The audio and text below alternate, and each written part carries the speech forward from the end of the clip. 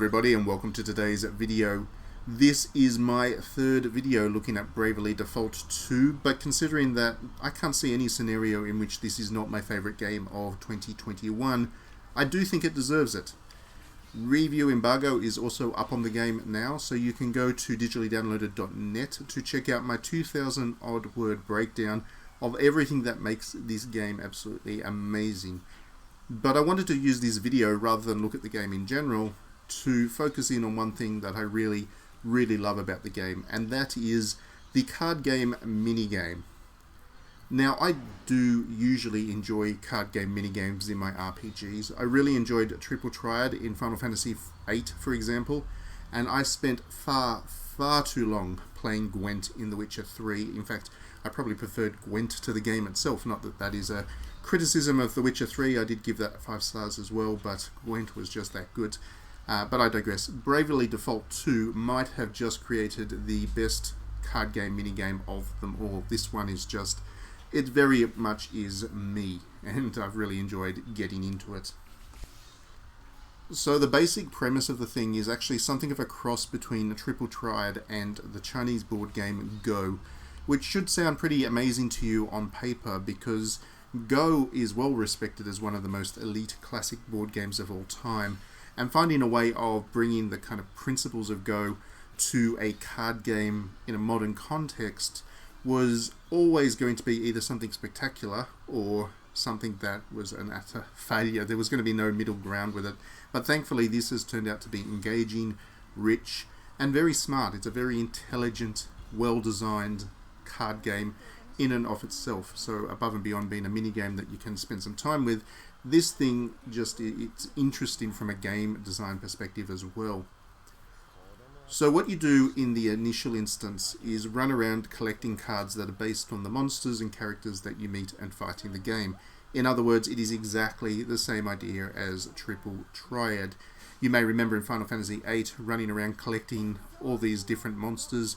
Often you had to use special abilities to capture them and turn them into cards, and then you would play every opponent that you could possibly play, because most of them had some kind of special card that was based on one of the main protagonists. That whole system is very much in play in this game, and it's pretty much, like for like. This is exactly the same experience that you would have had in Final Fantasy VIII. Once you have collected up a deck of cards, you need to find an opponent to fight, and when you do so, you are presented with a grid board, which is larger than Triple Triad's, as you can see on the footage of this video. It's a much larger game space to play on, and that is where the Go mechanics kind of come in, because your goal in this game is to summon your cards to the board to capture territory. And the person that has the most territory in total, once all the cards have been once all the cards have been played, so 6 on each side, is the winner. Now, there are a couple of things that complicate this system, and that's where the strategy and the tactics come in. The first is you have the ability to capture spaces. If you can flank an opponent-controlled square with squares of your own color, one on each side, whether that be horizontal or vertical or diagonal, you can then flip that square from their side to yours. The second ability is the ability to counter squares. So by placing your card directly over the space owned by an opponent, it cancels out that opponent's space and turns it neutral. You don't capture it in this instance, and you may wonder why you might do that. But there will be situations where you're not able to actually capture a space. Perhaps there's not enough room on the board at that time. But if you don't get rid of that square, then your opponent might be able to play something that can capture a large number of your own squares. So this is effectively a defensive ability that you need to be aware of, and need to remember that you can use it when the threat is there. The third trick is the most spectacular, and that is that there are a number of special powerful cards and characters that can affect the board in fairly complex ways, such as in powering up or weakening other cards, which may turn monsters of a certain type, and all the cards are classified by type, so you've got beast and undead and humanoid and so on. So some of these cards, these special ability cards, may power up one of these types of cards, species, or they may weaken them, and that makes them more or less effective on the board when played. Another ability may prevent opponents from using certain cards for a while, and so on and so forth. Being able to time the use of these cards to get their maximum benefit is a big part of the strategy of this game. Now, this opens up a surprisingly deep tactical experience. It all starts with a deck building, and you will quickly end up with enough cards that you will need to carefully flip through your album to look for synergies between the cards and ways to counter your opponent's cards. You'll often come across an opponent that absolutely trounces you the first time, but after studying what cards they have and what abilities they have access to, you'll be able to look through your own deck to find a solution to it the next time around. And it is not just a matter of filling your hand with the most powerful cards that you have, or the biggest range of special abilities, because if you do that, then you will lack for the square capturing ability, and the monsters are generally better at capturing squares than using the special abilities. So you need to find this balance of square capturing potential, offensive and defensive plays, and given that you've only got 6 cards to work with, every single one that you put into your hand needs to have some kind of versatile use as well, while adding something meaningful to the whole and being some kind of specialist card for when you have the chance to enact your perfect strategy. The onboard strategy is beautifully rich as well. There are more than enough squares to maneuver around, and you will need to switch between offensive and defensive play on the fly. Sometimes you will need to sacrifice cards so that they only have a minor effect on the game in order to prevent your opponent from capturing a big chunk of your squares.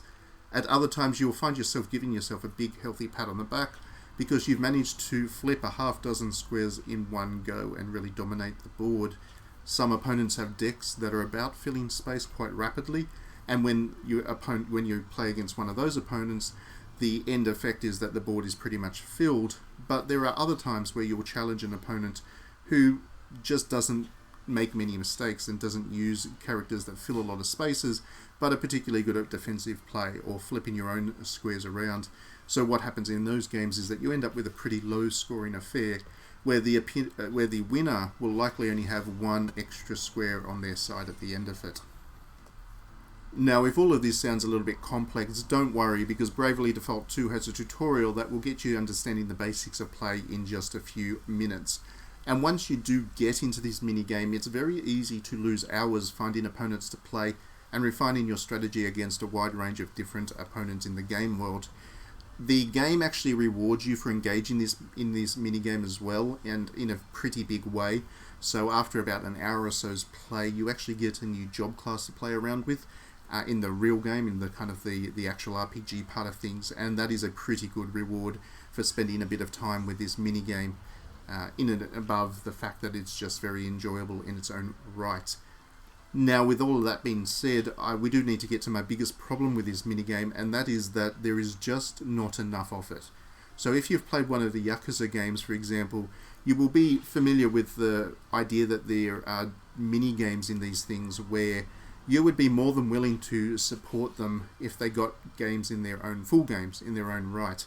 So the mechanics are sound, deep and rich enough that you just don't get to enjoy them to the fullest extent within the game, because ultimately they are still a mini-game.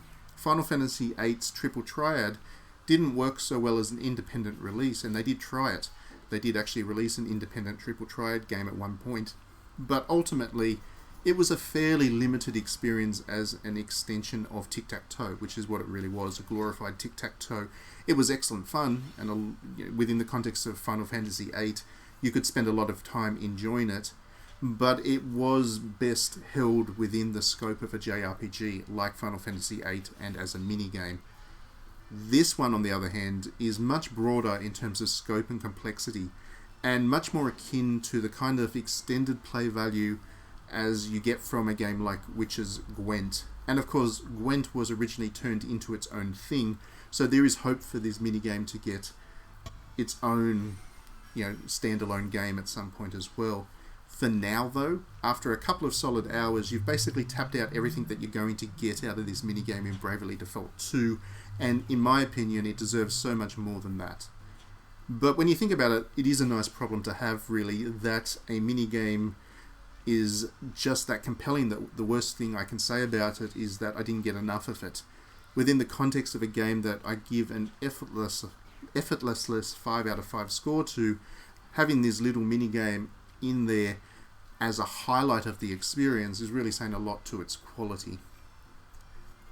And on that note, that's enough for this video. With Bravely Default 2 now out in the wild, do let me know what you think of the game and this little mini game, and let me know your favourite cards and strategies as well. Let's have a chat about this, because it's fascinating, and who knows, like I said in the video, it would be nice to see it expanded out and turned into its own thing at some point, because I think it deserves it. Thanks as always for tuning in, and just to run through the usual drill, please do whack those like and subscribe buttons if you have enjoyed this video.